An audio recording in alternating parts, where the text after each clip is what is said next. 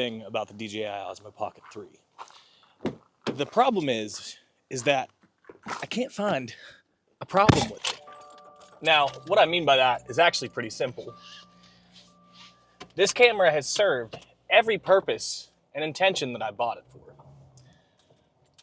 Basically, it's a tiny video camera that has done pretty much everything that I've needed it to. So the 1-inch sensor has provided a lot higher image quality than I ever expected out of it. It's not the greatest in low light situations, but it's passable and still better than like an action camera. The gimbal provides smooth footage, it's easy to use, and it's actually really fun. Couple all that with the fact that you can slide it into a pocket. The filters that you can get for it are super easy to put on. They're just magnetic, and in fact, we have an ND32 circular polarizer on there right now. And long story short, I've used this camera for a lot of stuff. Everything from YouTube videos to weddings to even as much as like commercial footage I've shot with this camera. And it always manages to surprise me.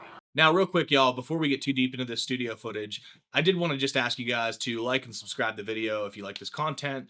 We have been shooting on the DJI this whole time, up until switching to the R5, which you'll be able to tell the difference for sure. But with that being said, the DJI Osmo Pocket 3 is a pretty viable camera, and I'm also going to drop some links down below because I am an Adorama affiliate, so if you were planning on picking one of these up, you click the link in the bio, or in the description rather. It helps the channel grow a little bit, and I usually reinvest that money back into these YouTube videos, so just a thought. Now, I'm not going to say that this is a replacement for a full frame or an APS-C size camera. You're not going to get the dynamic range out of it. It doesn't have quite the codecs that some of those do, but it does film in 10-bit 422, so it's going to allow some flexibility in post. And I think it's a great B or C camera that you can throw in a car, on a gimbal or a tripod. I don't know why I said gimbal because it has one of those built into it.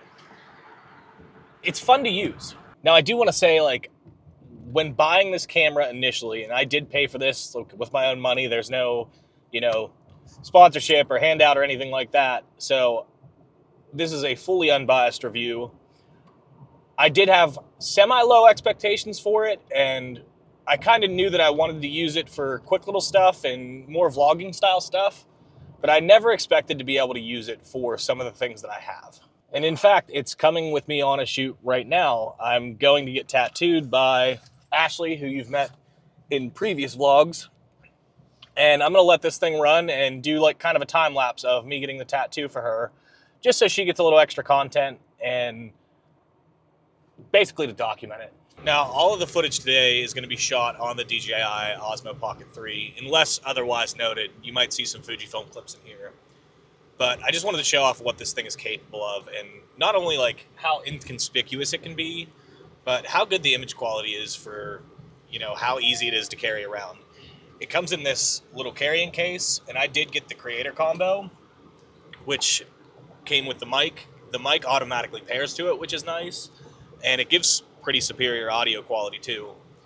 So I'm going to take you guys around with me, and, let's see what this thing can do.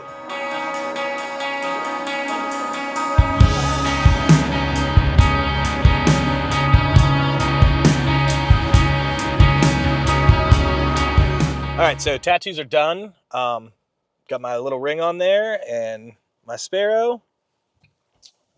Again, Ashley's super cool. If you're in like the Fayette County area, Pittsburgh area, she is a phenomenal tattoo artist and just a super cool chick. So if you want to book with her, she is Trick or Treat Inc.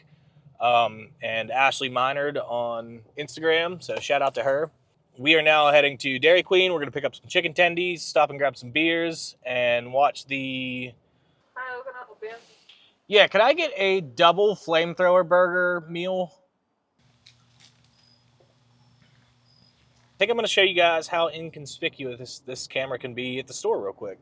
So one of my favorite things about the DJI Osmo Pocket 3 is just how inconspicuous and versatile this thing can be. So not only is it a small package that's kind of easy to take into places like this, the grocery store, but the mics on it have great sounding audio, and they're also pretty tiny too. Another one of the huge benefits of it is the face tracking. So when you are doing stuff like this and just bebopping around the store, I can swing you around, watch where I'm going, do what I need to do, and it's staying tracked on me the whole time. I love that the Osmo Pocket 3 is like this easy to cart around, especially like weddings, receptions, and stuff like that. It makes it super versatile for a small, just hand-around camera where you can shoot pretty much anything. You can also activate it remotely with the speaker. It has a sound link, or a Bluetooth link that kicks the camera on. And I love this for day-to-day vlogging. Pretty much like my everyday use camera, especially when I'm shooting YouTube videos like day in the life type stuff. And even in a professional setting, which we're gonna kick to right now. And we're back to the studio.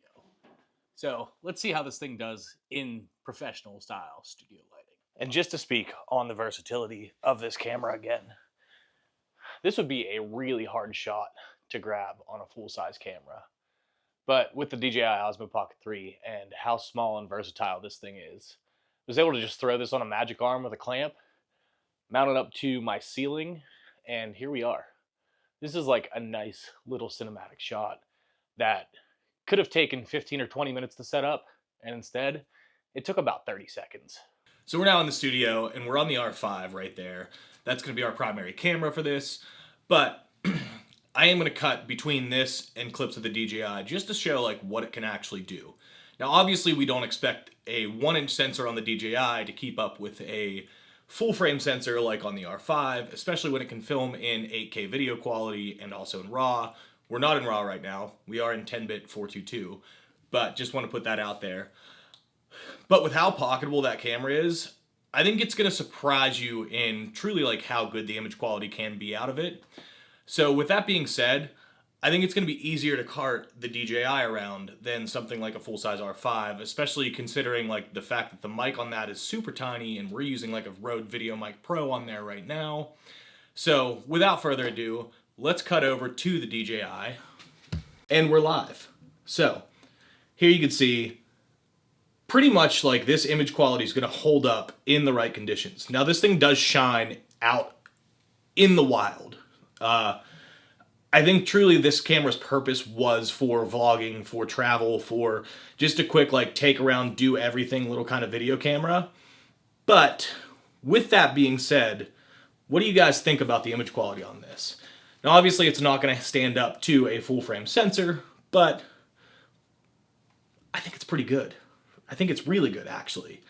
And D-Log is such an easy to manipulate type of file too. So I can't say enough about D-Log. I can't say enough about DJI. I would say I probably fall into the camp of a DJI fanboy because I just think they keep dropping bangers when it comes to their drones, when it comes to their action cameras, and when it comes to this Osmo Pocket 3. And we're back to the R5. Now we are on a 50mm 1.8, just as a heads up. I want to, be transparent here. But I think it's pretty easy to say I love the DJI Osmo Pocket 3.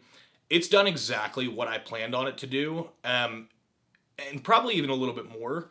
I have used it in some professional settings to get shots that I wouldn't normally be able to get with a full-size camera. I'm always impressed by the image quality of it, and it's just a fun little camera to use.